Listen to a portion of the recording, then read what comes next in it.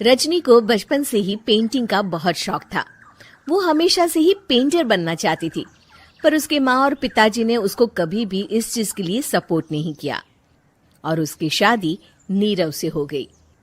नीरव रजनी को बहुत प्यार करता था, पर रजनी हमेशा चुपचाप ही रहती। वो इस शादी से खुश नहीं थी।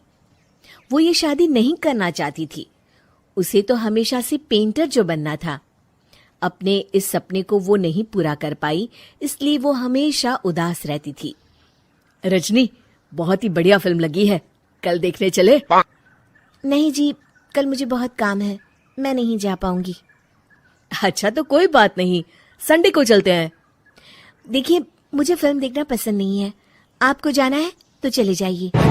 नीरव को मना करके रजनी वहां से चली जाती है और अपने बैग को खोलकर उसमें बंद पड़े ब्रश और कलर्स को देखकर रोने लगती है। रजनी, चलो ना कहीं बाहर खाने चलते हैं, कुछ तुम्हारी पसंद का। जी, मुझे नहीं जाना, मेरी तबीयत ठीक नहीं है। रजनी वहां से चली जाती है। नीरव को समझ नहीं आता कि रजनी उससे इतना दूर क्यों रहती है। वो जब भी उसके साथ वक्त बिताना चाहता है, रजनी कोई ना कोई बहाना बना देती है। एक दिन घर पर कोई नहीं था। रजनी घर का सारा काम जल्दी से खत्म कर लेती है। घर पर अकेले होने के कारण वो सोचती है कि वो आज पेंटिंग करेगी। वो अपने कमरे में जाकर पेंट ब्रशेस और कलर्स निकालकर जैसे ही कलर मिक्स कर रही होती है कि दरवाजे पर बेल बज जाती है। अब कौन आ गया इस वक्त? इतनी मुश्किल से तो मुझे पेंट करने का मौका मिला है। रजनी दरवाजा खोलती है तो उसकी सास अपनी सहेलियों के साथ खड़ी होती है और सब घर के अंदर आ जाते हैं। अरे बहू, सबको शरबत बनाकर पिला दे, बाहर तो बड़ी गर्मी है। उफ। जी। रजनी पेंट ना कर पाने से उदास हो जाती है। उसे गुस्सा भी आ रहा होता है कि उसने इस शादी के लिए हाँ क्यों कह दी। वो रसोई में जा रही होती है कि उसकी सास उसे रोकती है। बहू, सबके खाने का भी इंतजाम कर लेना, आज का लंच तो ये सब यहीं करेगी। हाँ। रजनी बिना कुछ कहे रसोई में चली जाती है। सबके लिए खाना बनाती है। सब खाना खाते हैं और रजनी घड़ी देखती है कि ये सब कब जाएंगे ताकि वो अपनी पेंटिंग कर सके। जब शाम होती है तब सब चले जाते हैं अपने घर। अरे बहू, सब तेरे खाने की तो बहुत तारीफ कर रहे थे, सबको बहुत अच्छा लगा खाना। आपको मुझे सुबह बताना चाहिए था ना कि आपकी सहेलियां आ रही हैं। पता भी है कितना वक्त लगा सारा खाना बनाने में। अरे बहू, तू ऐसे कैसे बात कर रही है मुझसे? तो और कैसे बात करूं? मैं इस घर की कोई नौकरानी नहीं हूं कि इतना काम करूंगी। रजनी अपने कमरे में जाकर दरवाजा बंद कर लेती है। शाम को जब नीरव आता है तो उसकी माँ उसे पूरी घटना के बारे में बताती है। क्या रजनी ने आपसे इस तरह बात की माँ? हाँ, और पता नहीं उसे क्या हो गया है, शाम से बाहर भी नहीं आई है। मैंने तो कई बार आवाज दी, खाना भी नहीं खाया उसने। तू ही बात करके देख ले बेटा। नीरव अपने कमरे का दरवाजा खटखटाता है। रजनी, दरवाजा खोलो, मैं हूं।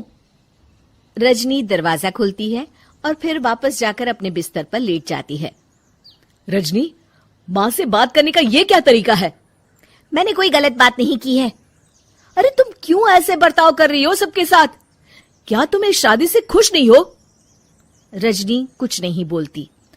अरे बताओ मुझे रजनी, क्या ये शादी तुम्हारी मर्जी के खिलाफ हुई है? हाँ, मैं ये शादी कभी नहीं करना चाहती थी। तुमसे क्या, मैं किसी से भी शादी नहीं करना चाहती थी। रजनी रोने लगती है। चुप हो जाओ रजनी, बताओ मुझे, तुम क्यों नहीं करना चाहती थी शादी?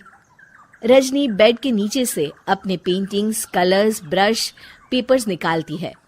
इतने में उसकी सास भी कमरे में आ जाती है। ये देख रहे हो, ये थे मेरे सपने। मैं पेंटर बनना चाहती थी, पर माँ पापा ने कभी सपोर्ट नहीं किया और मेरी शादी करवा दी। मेरे सारे सपने टूट गए। हर वक्त बस गुस्सा आता रहता है मुझे। मैं जानती हूँ कि आप लोगों की इसमें कोई गलती नहीं है, पर मैं क्या करूं, मुझे समझ में नहीं आता।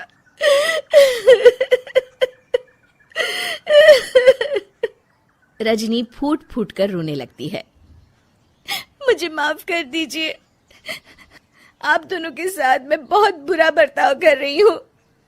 अरे रजनी बेटा, चुप हो जाओ तुम। नीरव पानी लेकर आता है। ये लो पानी पियो और शांत हो जाओ। रजनी पानी पीती है और उसकी सास पेंटिंग्स देख रही होती है। अरे नीरव, हमें तो पता ही नहीं था कि हमारी बहू कलाकार है। अरे कितनी अच्छी पेंटिंग्स बनाई है, देखो तो।